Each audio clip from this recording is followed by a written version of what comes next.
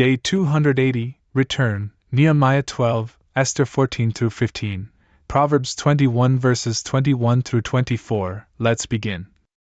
Nehemiah 12.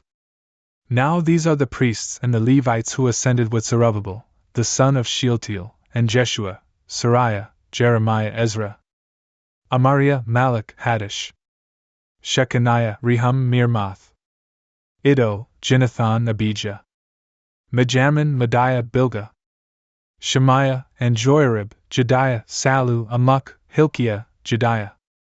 These were the leaders of the priests, and of their brothers, in the days of Jeshua. And the Levites, Jeshua, Binnui, Kadmiel, Sherebiah, Judah, Mattaniah, they and their brothers were over the hymns. With Bakbukiah, as well as Hanai, and their brothers, each one in his office. Now Jeshua conceived Joachim, and Joachim conceived Eliashib, and Eliashib conceived Joiada. And Joiada conceived Jonathan, and Jonathan conceived Jaddua.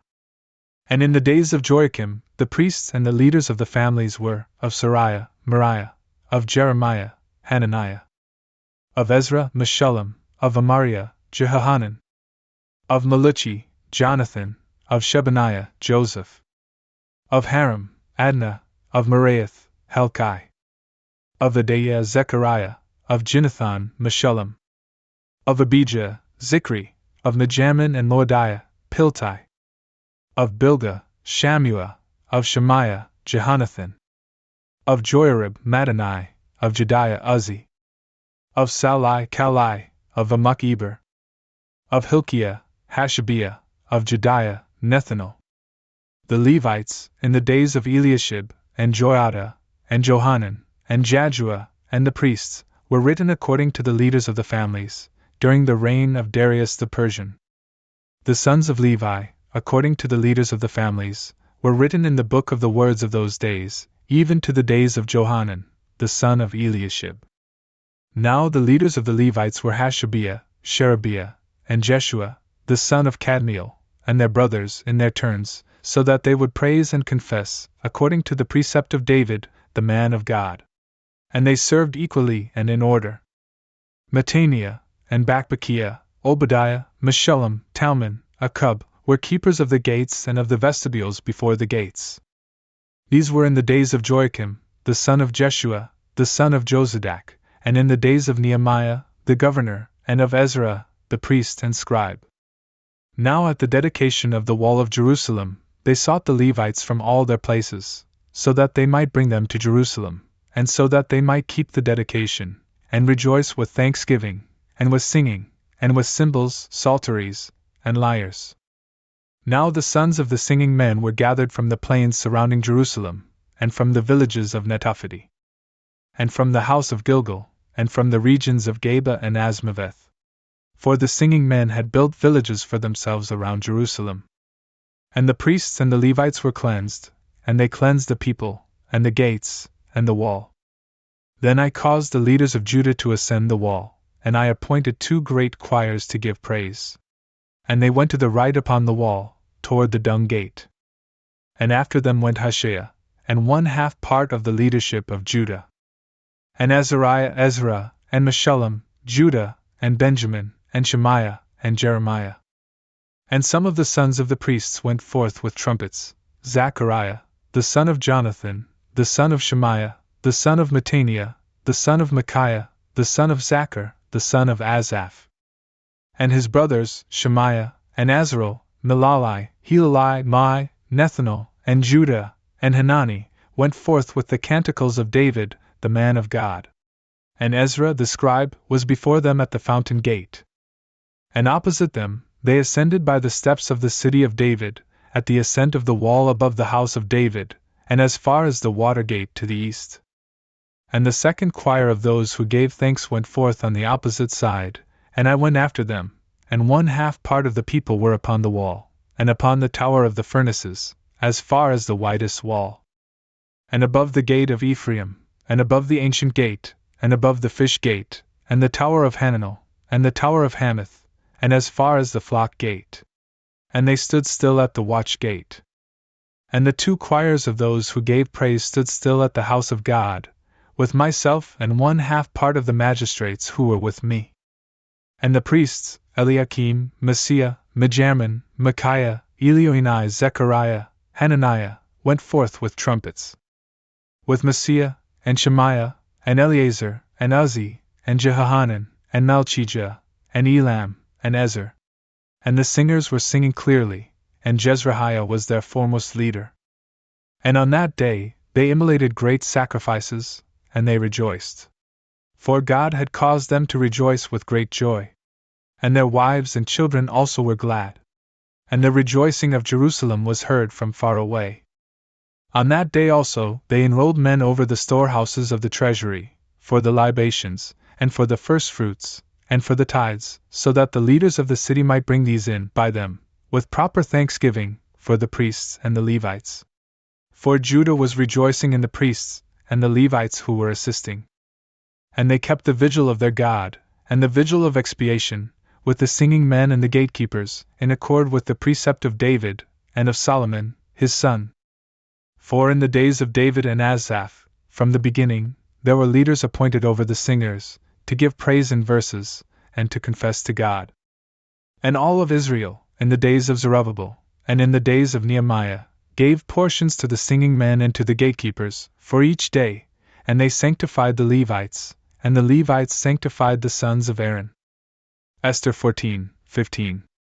Therefore, on the 13th day of the 12th month, which as we have said before is called Adar, when all the Jews were prepared to be executed and their enemies were greedy for their blood, the situation turned around, and the Jews began to have the upper hand and to vindicate themselves of their adversaries. And they gathered together throughout each city, and town, and place, so as to extend their hands against their enemies and their persecutors. And no one dared to resist them, because their great power had pierced all the peoples. For even the judges of the provinces, and the rulers, and the procurators, and every one of dignity, who presided over every place and work, extolled the Jews for fear of Mordecai. For they knew him to be the leader of the palace, and to have much power. Likewise, the fame of his name increased daily and flew everywhere through word of mouth. And so the Jews struck their enemies like a great plague and killed them, repaying according to what they had prepared to do to them. So much so that even in Susa they executed 500 men, besides the 10 sons of Haman the Agagite, the enemy of the Jews, and their names are these: Parshandatha, and Dalphon, and Aspeth, and Poratha, and Udaliah, and Aridatha, and Parmashta, and Arisai, and Aridai, and Vizatha. When they had slain them, they were unwilling to touch the spoils of their belongings. And immediately the number of those who had been killed in Susa was reported to the king. He said to the queen, in the city of Susa, the Jews have executed 500 men, and also the 10 sons of Haman. How many executions do you think that they have carried out in all the provinces? What more do you ask, and what do you wish, so that I may order it to be done?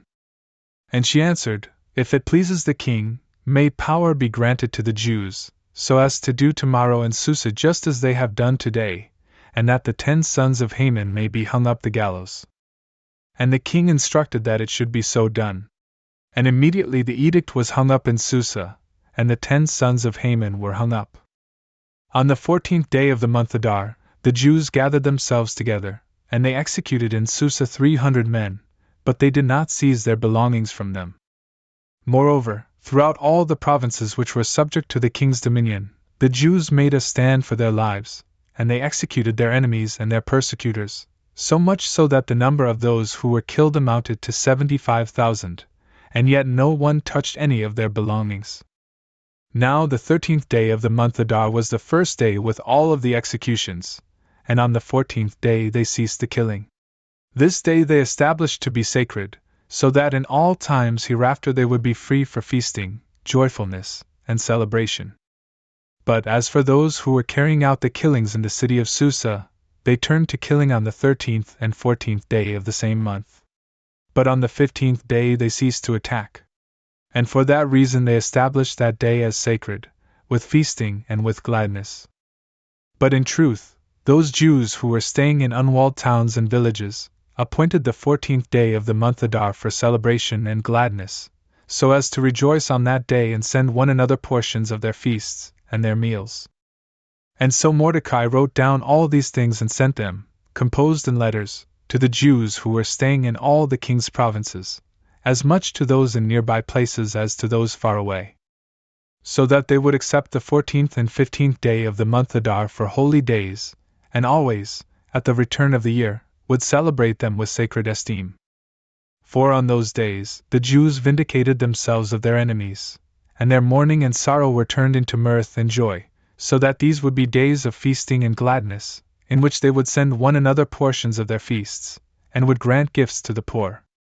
And the Jews accepted as a solemn ritual all the things which they had begun to do at that time, which Mordecai had commanded with letters to be done. For Haman, the son of Hammedatha of Agag lineage, the enemy and adversary of the Jews, had devised evil against them, to kill them and to destroy them. And he had cast Pur, which in our language means the lot. And after this, Esther had entered before the king, begging him that his efforts might be made ineffective by the king's letters, and that the evil he intended against the Jews might return upon his own head. Finally, both he and his sons were fastened to a cross. And so, from that time, these days are called Purim, that is, of the lots, because Pur, that is, the lot, was cast into the urn.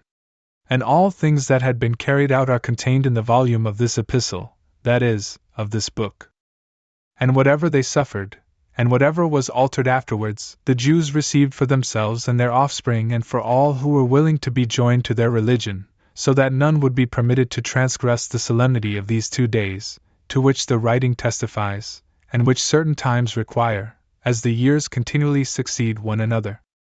These are the days which no one ever will erase into oblivion, and which every province in the whole world, throughout each generation, shall celebrate.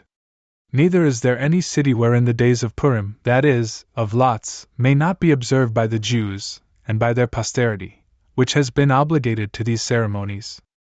And Esther the queen, the daughter of Abihail, and Mordecai the Jew, also wrote a second letter, so that with all zealousness this day would be confirmed as customary for future generations.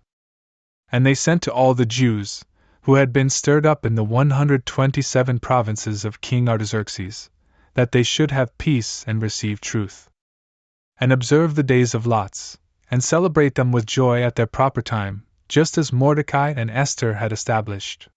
And they accepted these to be observed by themselves and by their offspring, fasting, and crying out, and the days of lots. And all things which are contained in the history of this book, which is called Esther. Truly, King Artaxerxes made all the land, and all the islands of the sea, tributaries.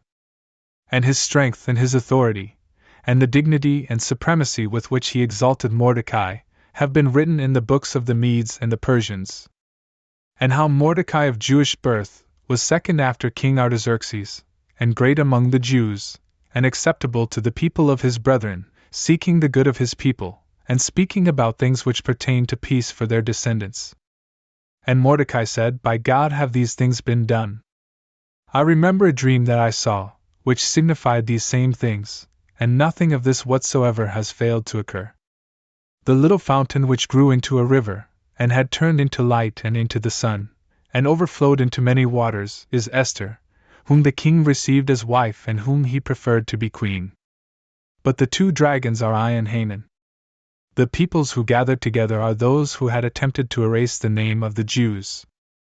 And my people is Israel, who cried out to the Lord, and the Lord brought salvation to his people, and he freed us from all evils, and he created great signs and portents among the nations.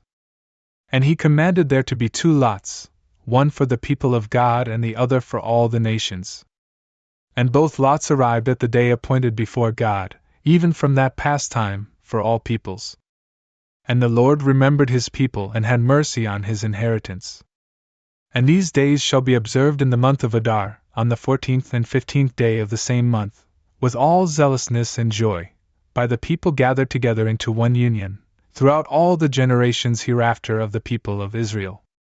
In the 4th year of the reigns of Ptolemy and Cleopatra, Disitheus, who was himself a priest and born of the Levites, and Ptolemy his son, brought this epistle of Purim, which they said was a translation by Lysimachus the son of Ptolemy in Jerusalem. Proverbs 21 verses 21 through 24. Whoever follows justice and mercy shall discover life, justice, and glory. The wise has ascended the city of the strong, and he has torn down the bulwark of its confidence. Whoever guards his mouth, and his tongue guards his soul from anguish. A proud and arrogant one is also called ignorant, if he, in anger, acts according to pride.